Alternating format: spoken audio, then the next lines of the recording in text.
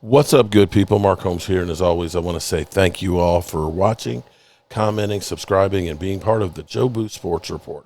Without you guys, as well as you ladies, you know that this literally does not work. Hope everybody's having a great day. Man, this might get ugly, bro. We got Micah Parsons coming back this weekend. We've got the Dallas Cowboys defense being historically bad. And you have to think, Micah Parsons still has a house in Dallas and, says that that's, always going to be his home and everything else. And, has a lot of friends and stuff on the team and so on. But this weekend, here's what will be interesting is after the game, will he be exchanging jerseys with anybody? I want to know. But Micah Parsons on sacking Dak, it's going to be painful. Or it's going to be painful. I don't know which it. Okay, so here's the thing. You can take that however you want to. When you see the headline I saw, Micah Parsons on sacking Dak Prescott, it's going to be painful. As in, it's going to be sad. It's going to be painful. It's my former teammate and stuff. Or you could take it the Mr. T way. It's going to be painful. Like, I'm going to break him in half. Oh, shit. So, let's see how he intended it here. Let's go to the tape. And I got to say, looking at it right now, he looks like he's got his game face on. In fact, wait, hold up.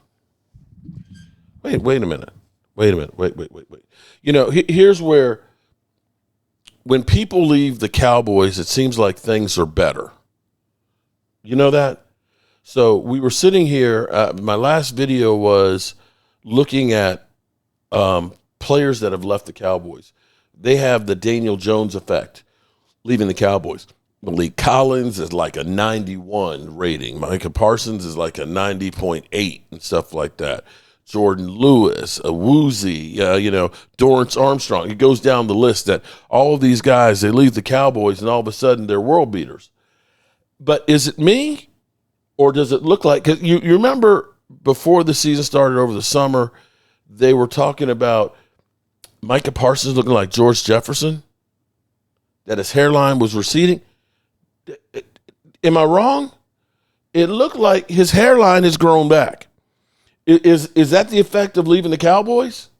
Okay, let's listen to the tape. Let's listen to what the interview. Micah, you were the last guy ever to sack Tom Brady. It happened in that playoff game. Is there any quarterback that you've enjoyed taking down more than anyone else? Probably is Tom, because every time I see him, it's a competitive matchup, whether it's on the field, off the field, whether it's golf or Fanatics games, he's always trying to be the best. So when you can say you're the last person to take out an elite competitor like Tom, it's a special privilege. And what if you get that opportunity? I know you will want to with Dak. What would that feel like? It's gonna be painful. You know what I mean? Dak's my guy. He was always like a good mentor for me. But you know what it is. I always told him if I ever faced him that it'll be a great matchup. So I'm excited to see what Sunday brings itself. Okay, there you have it. It's going to be painful because they're friends. I know. I built it up like it was going to be something. Okay. I have to say, man, this sucks. This sucks that here we are, week 3, and we're dealing with some bullshit like this. That Micah Parsons is no longer a Dallas Cowboy. And I'll be real with you. I wish he were still on the Cowboys. The thing is here, what I try and do is, and maybe this is the problem with all of us content creators, okay?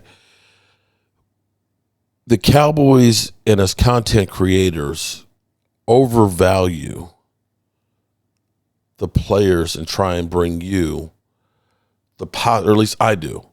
I try and bring you the most positive outcome.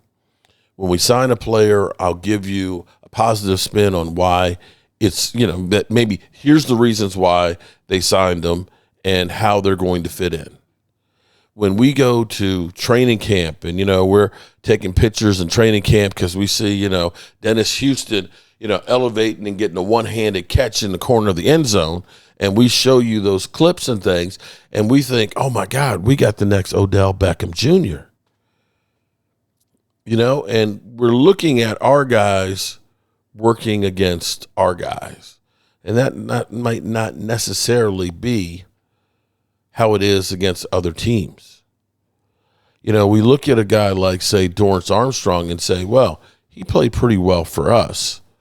And then last year with Washington, kind of blew up and had 11 sacks. Maybe that was the scheme.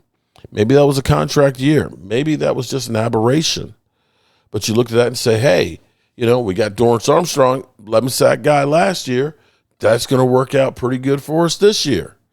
And then it doesn't pan out. We look at a guy like Sam Williams and say, hey, Sam Williams, he's 6'4", 260 pounds, runs like a 4.5 40. Guy is like shot out of a cannon. He could maybe, get some. And then it doesn't pan out. We give you, if everybody's healthy, here's what the guys can do. Sometimes it works out, Javonte Williams, we said, hey, that guy, he's done some decent things in his career, and, here's how he might work. Well, that one ended up working out better. Than other ones we look at and say, hey, Kenneth Murray or Kyler Elam, they were Kenneth Murray was a team captain and a leader, had, 90 tackles last year. And Kyler Elam, he's had a good year, but maybe didn't get the right shake in Buffalo. And then they come here, and then maybe it's kind of like, no, they're not great players. And so we kind of do a bit of a disservice instead of saying, I don't think that dog can really hunt. And with Micah Parsons going, it's kind of like I always tell you, when you break up with somebody, you are always going to shade it so you look like you are not at fault. And you're going to look at it and say things differently, he wasn't really that good and stuff, and he wasn't great against the run. And, we got these 2 first-round picks, to try and make yourself feel better over the loss. Micah Parsons is special.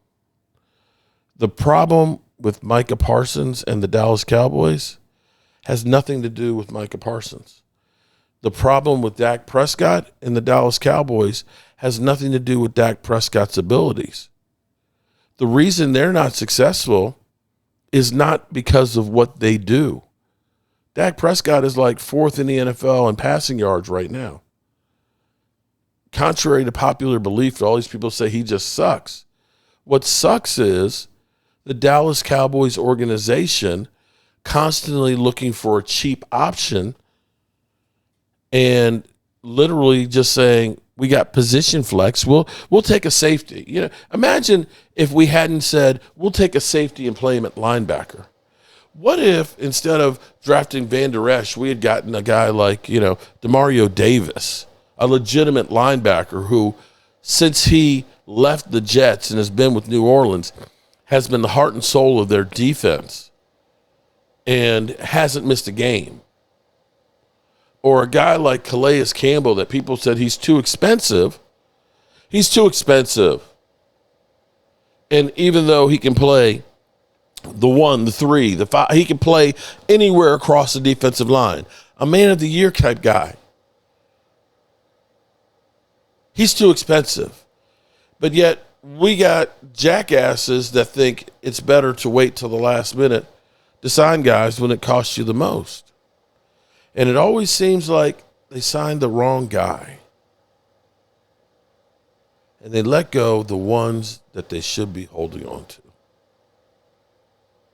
So, yeah, it is going to be painful to see Micah Parsons sacking Dak. It really is. It really is. It'll be interesting to see if he eases up when he tries to sack him or if he tries to run through him.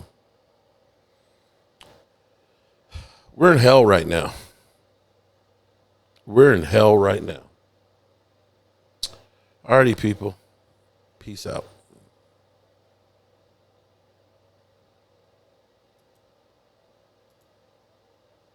Can't stand it anymore. I've got to get out of here.